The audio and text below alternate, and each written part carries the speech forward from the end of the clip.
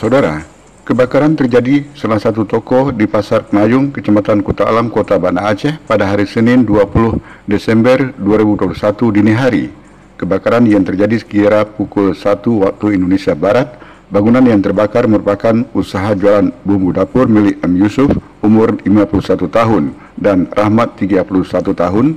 Lokasinya bersebelahan dengan UD Mitra Buana beralamat di Jalan Hasan Kurungkale, Gampung Penayung, Kecamatan Kuta Alam.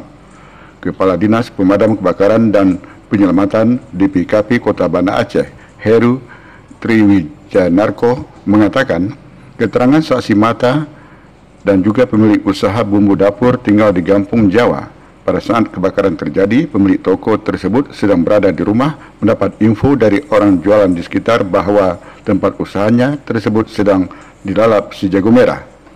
Api begitu cepat membesar dan membakar bangunan konstruksi kayu dan UD Mitra Buana di sampingnya terkena imbasnya. Namun toko UD Mitra Buana masih dapat diselamatkan.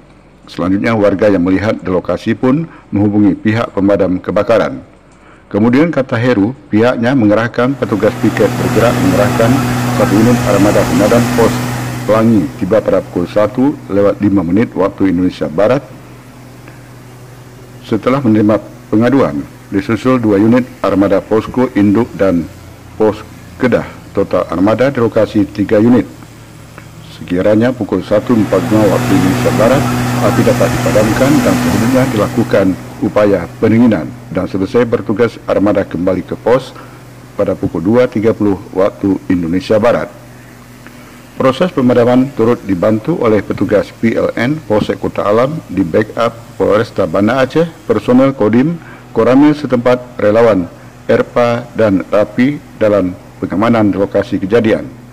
Tidak ada korban jiwa, kerugian ditaksir puluhan juta rupiah, dan penyebab kebakaran masih dalam penyelidikan pihak kepolisian setempat.